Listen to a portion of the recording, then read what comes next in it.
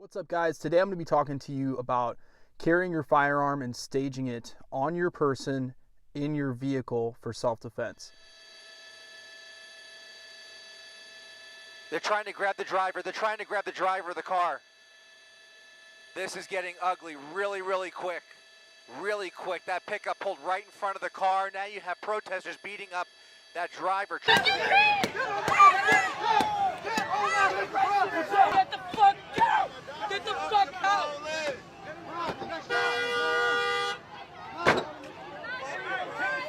Oh shit! He from fucking Tennessee! I think one of the reasons that this topic is relevant today is because we see a lot of these civil unrest and protests or rioting, whatever you want to call it, has been going on throughout a lot of the big cities in the country, and a lot of innocent people are being attacked simply for trying to travel. They're in their vehicles, they're trying to get through a protest or a riot, and they're being targeted by these evil, despicable people for no other reason than just being in the wrong place at the wrong time, or maybe being the wrong color. Outside of rioting, a lot of victims are targeted in transitional spaces, as they call it. One of those being getting in and out of their vehicle, or when their vehicle is stopped, whether that be at a red light, traffic, etc. So let's get down to it. Now, specifically, this is going to be for when you're carrying in the appendix position. This is just another reason why carrying in the appendix position is a little bit more favorable as opposed to the 3 or 4 o'clock position. When you have a seatbelt on, if you're carrying in that 3 or 4 o'clock position, you're encountering the seatbelt latch, which can get in your way. And then also, if you have a center console carrying in this position, it can be pushed up against there. It's harder to fish into, especially if your shirt is tucked over the top of it.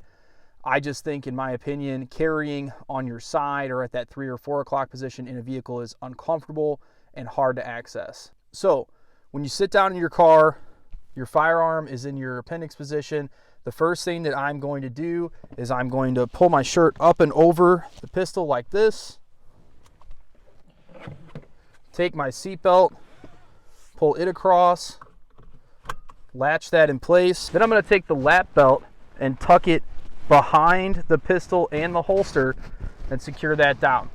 So the reason that I'm doing that is because if I were to be in a car accident and my seatbelt actually engages, I don't want the lap belt to cram my pistol into my stomach, which could injure internal organs, and it's just not comfortable in general. So plus, in the event that you go to use your firearm, if that lap belt is across the grip or slides up onto the grip or anywhere over the slide, it's going to be in the way. So in this configuration, with your shirt behind it and the lap belt behind the firearm, it's easy to access it, and now the pistol is out, easily accessible should you need to use it. And another thing, guys, I cannot stress this enough, please do not use those magnets that attach to your dash that you're supposed to stick your firearm to.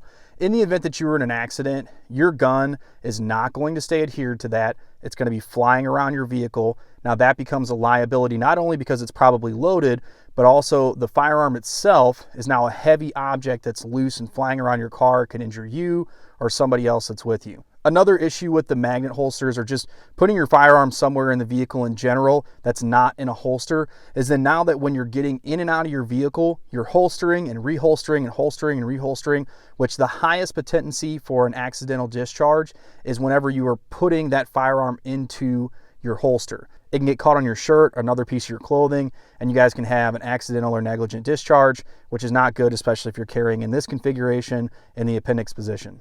If carrying your firearm in the appendix position or on your hip is not comfortable, maybe if you have a medical issue or something like that, please, again, I cannot stress enough, do not let your gun just be loose inside the vehicle. If you have to have it off body, keep it in the holster and put it in your center console, or find somewhere that you can put it, access it quickly, but make sure it's somewhere safe. That way, if you're in an accident, it's not a loose, heavy object that's flying around inside your vehicle. All right, guys, I hope you liked this video and found it informative. Please don't forget to like and subscribe. Comment down below if you guys have any questions, and as always, keep shooting.